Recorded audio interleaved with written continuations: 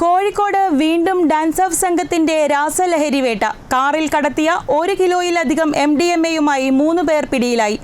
Pantheerankavu service റോഡിൽ വെച്ച് ഇന്ന് പുലർച്ചെ 6 മണിയോടെയായിരുന്നു സംഭവം.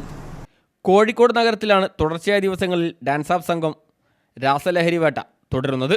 കാറിൽ കടത്തിയ 1 കിലോയിലധികം MDMA-യുമായി 3 പേർ സംഘത്തിന്റെ പിടിയിലായി.